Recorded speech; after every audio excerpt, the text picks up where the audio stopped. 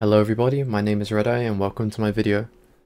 I'm here to show you what an elder loop is, why an elder loop is worth doing, what are the benefits of having an elder loop, what it actually does, because it makes it completely permanent. There's no movement. I can do any amount of these maps that I like, and elder never changes, which results in permanent elder influence on the good maps that you want to do, like Wasteball, like Underground Sea, whichever map you like. It's all contingent on where your elder is and how you plan to set up your loop. It's quite complicated, the video might be quite long, and there are a lot of ups and downs to doing this. One of the downsides is that you cannot kill elder, because that will remove your loop. So if you're into elder farming, probably not for you. If you're into doing maps, if you're getting 100, definitely worth doing, because it increases the amount of maps that you get, the amount of loot in the map, the XP of the map, because it adds mobs, right? It's like having an extra sexton. It also makes the map a bit more dangerous, but it has huge benefits of, like, the elder doesn't move anymore. You can do the maps even next to the elder. I can run Orchard as many times as I like. It'll never switch influence. We'll get into why that is, but it's not an exploit, it's just an extremely clever use of the elder mechanics and how to manipulate the elder and essentially lock him in place. Like, as I said, you can run any amount of these maps that you like, any map on the atlas, and the elder will never ever move. The only map I cannot run with my specific loop, your loop won't look like mine, it can look at however shape you make it. I cannot run this dungeon because it's locked in the corner. If I run the dungeon, it will lose elder influence, but nobody runs tier 1 dungeons. Now I can run the map next to the dungeon all day, and it won't change, it won't break, because it's in a chain. The reason why is that the elder is always connected to his guardian. This guardian is the farthest from the elder, and that's the one that I pass through. So this blue eradicator is connected to my purple elder via a very long consecutive chain of maps, which isn't that difficult to make. The difficult part of this is the planning involved. Now, we'll get on to the main steps of actually understanding the elder loop, identifying it, constructing it, and then finally closing it. So there's like 4 steps to it. The first one is understanding the rules of the elder. Now, there are some rules that are very weird and difficult to explain, but the gist of it is there are 30 maximum influenced elder maps that you can have on the atlas at any given time. It's a hard cap, you can never have more than 30 maps. Now, the amount of maps that I've got influenced is exactly 30. And you use this to your advantage. The next rule is that the elder must always be connected to his guardians. That's a permanent rule, he can never be separated from his guardians. Now, given those 2 rules, you can set up a situation where you have a secondary path, because the primary path would be through tower, for the elder to reach his guardian. Now, if you give him an alternative path, let's say through the promenade, looping up around, through the lava chamber maybe, back down, creating a small loop, you can connect the elder to his guardian via a secondary path, and then removing the tower will remove the primary path, the first path that you had initially, because you've opened up another door and then you've closed the first one. And by doing that, you've created a second link to the elder. Now, some of you might have seen elder loops before, and they do not look like this. They instead span all the way around the atlas in a gigantic circle. The downside of those loops is that they are unsafe, they unravel themselves over time, you have to protect them. If I had that loop, my tower, for example, would be jeopardized and be able to be taken by the elder, because there wouldn't be a lock. I've got mine completely locked in, 100%. And there's no protecting involved, so the very long around the world loop is just a lot less safe, it's a lot less secure, it looks a lot harder to set up. I've never tried, because this is a lot better. And that's generally the theory behind understanding the rules of the elder. 30 map limit, you must always connect to his guardians, and how the elder actually works on a basic level. If you run a shaper map that's next to the elder, it will flip the influence. So if I wanted to spread the elder to geode in a non-looped map, just a regular atlas, I would run the geode and it would gain elder influence. The same applies inversely. So if there is shaper influence next to an elder, and you run the elder, it will lose elder influence. Right, simple enough, you're just flipping tiles essentially. because it's under contention, right? They're at war. And we'll move on to the next part. Identifying the start of an Elder loop. You cannot loop unless your Elder has spawned. If your Elder has spawned and it's in a very awkward position, let's say to the left of Tower and to the left of Estuary, sorry, to the left of Moon Temple, generally you can make a loop work. The left side has better maps, it's much more forgiving. Like on the right side, there's a huge gap here where there's no connections. There's one connection here, there's maybe one connection in here that I don't remember. But generally the right side is almost impossible to do this mini loop on, just because there's no separation here. So once you go through this way, you cannot come back through it, because there's no link. Whereas here, there's a link going up this side, and a link going up this side. But anyway, that's getting a bit ahead.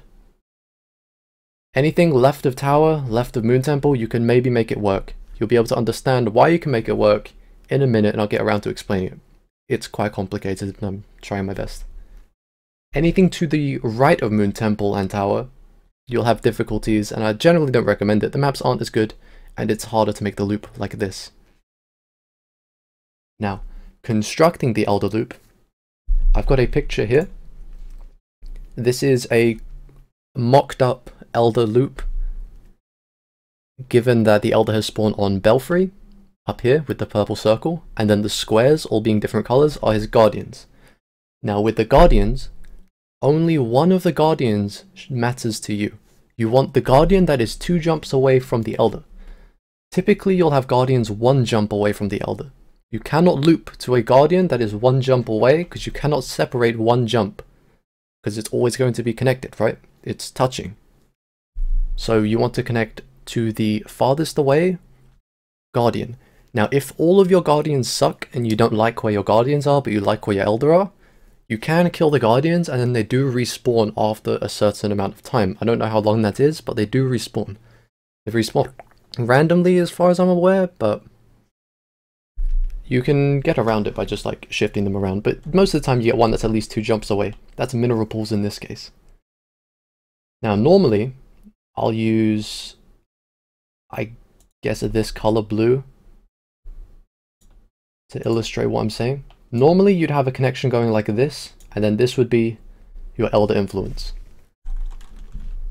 Now this is how it will look initially. What you need to do is create a secondary alternative path from Belfry to mineral pools that does not go this way. So what you can instead do is something very simple. Like you can just do this. You can just have Elder influence going through that line. That's it. And then what you're able to do after that is cut out the guardian here. You can run this guardian. It doesn't have to be a guardian. It can just be an Elder influence map. You remove it. You've now got a secondary small loop happening along the way that you want. Now once you've done this blue loop, you can start building onto the loop. This is how we construct the loop. You've established the secondary path. Now you add onto it. But before you start adding onto it, one thing to remember is that you have to protect this map here, because if this map ever gets taken, it will short out your loop and it will jeopardize the rest of your loop and make it vulnerable. And if any of the maps along your route get taken, it will collapse your loop entirely, or at least for the most of it, which will set you back a lot, and it's very annoying. You don't want that to happen. It's quite easy to protect your maps. The maps that I mark in X, like this, just make sure the Elder doesn't take them. The Elder will take them, and he can. When he does, you just have to pay attention. And then when the Elder takes over the maps that I have the X on, that jeopardize like weak points while you're building the loop, you have to just run those maps. Now to run a map, you have to clear 60% of the mobs in the map, or kill the boss. If you don't want to unlock the map on the Atlas, let's say you have to run a waterways for any reason, it's a red map, generally people might not want this, you can just clear the white trash. You won't get the map completion, but the Elder will flip. So he'll swap over or lose or gain. Now you're protecting the Moon Temple in this situation. And then you're building onto the loop. So you can carry on, go this way, go down here. Just adding onto the loop as you see. Yeah, you can go to Vault and then here. So you've added on a tiny amount. You can do this in baby steps if you like, or you can be adventurous and go all the way along the yellow path. Once you've added this on, yeah, you can basically cut out middle links. Like if you wanted to go to here, let's go back one. Say go to Vaults to Orchard. Now you can cut out Geode. Geode can be completely cut off, and you just don't let the Elder take these. Now you've got 2 maps that you want to look out for. Now the Elder won't just randomly take 5 maps in one cycle. When the cycle happens, when you run a map and one thing flips and one thing happens, he'll only take like 1, maybe 2. And it's very easy to undo his progress. You just have to have maps in reserve. You want like 3 of each map probably. Then we continue adding on. You can see how it's like a process, and you can go as slowly as you like, you can go as fast as you like. When you're more confident, when you understand it a bit more, you can start really like coming up with your own loops.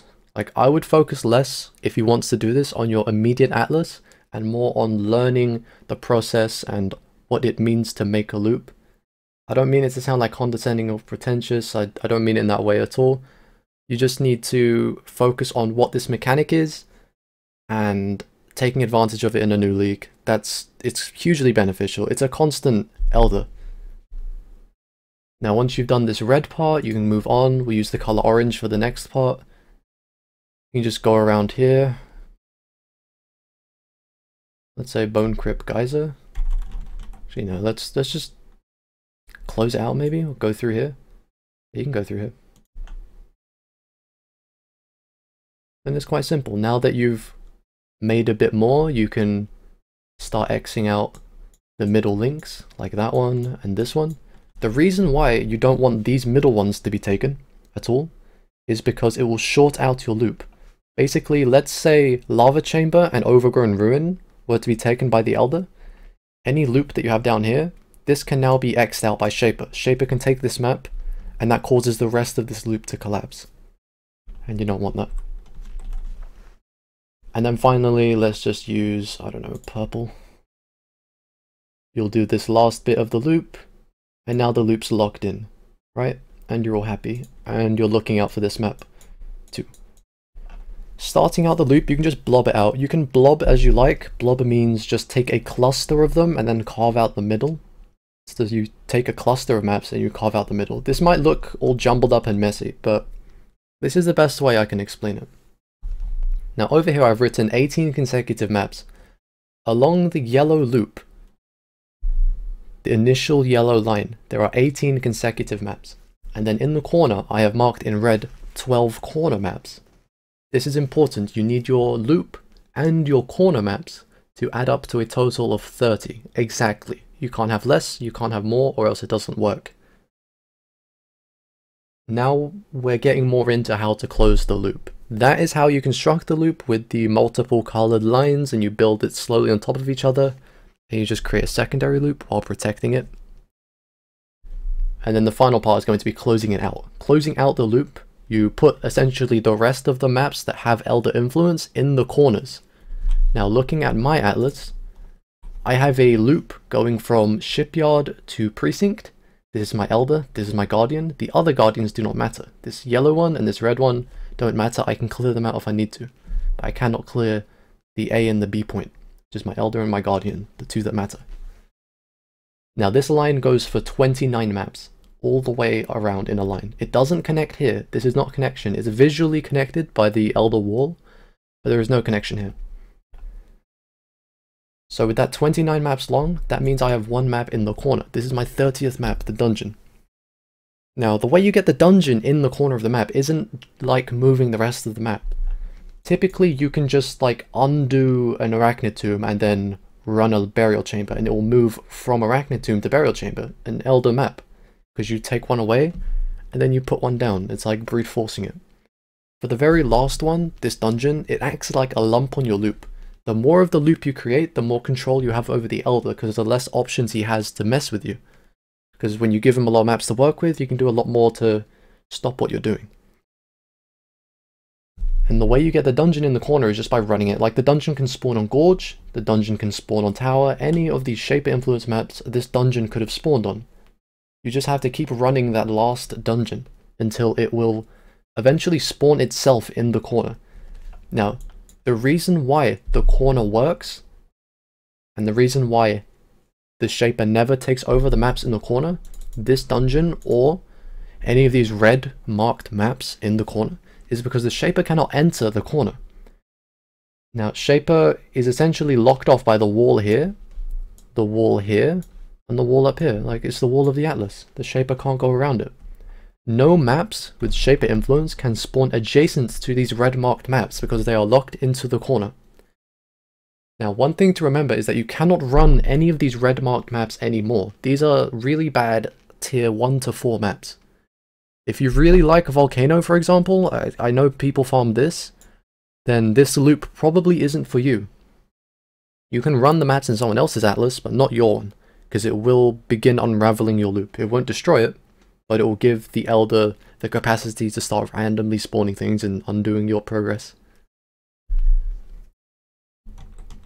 And that's generally how you get the loop done. I didn't want this to go on for too long, but I think that covers most of what I want to say. If I got anything wrong, please tell me. I'd like to know. I'm still learning it too. I'm not an expert. I don't know who made this mechanic. I think it's really, really clever. I think it adds to the game. It adds to the depth. But one huge drawback that I don't like about this is that I cannot farm my Elder. Like, I want to kill a tier 15 Elder, do a Uber Elder. I want to do all that cool shit. But this Elder loop is so good that I haven't been able to do that this league, because I would have to undo all of this and mess up my Atlas. So basically I want to buy extra Atlas pages, please GGG. Now, if you want to ask me any questions personally, I stream, you can come to my stream, same as my Reddit name, I guess it's going to get posted on Reddit. But this is mainly for my chat, because they ask me a lot of questions and I want to explain this Elder loop process to them. So if any of you have any insight or explanations, sure, share them please.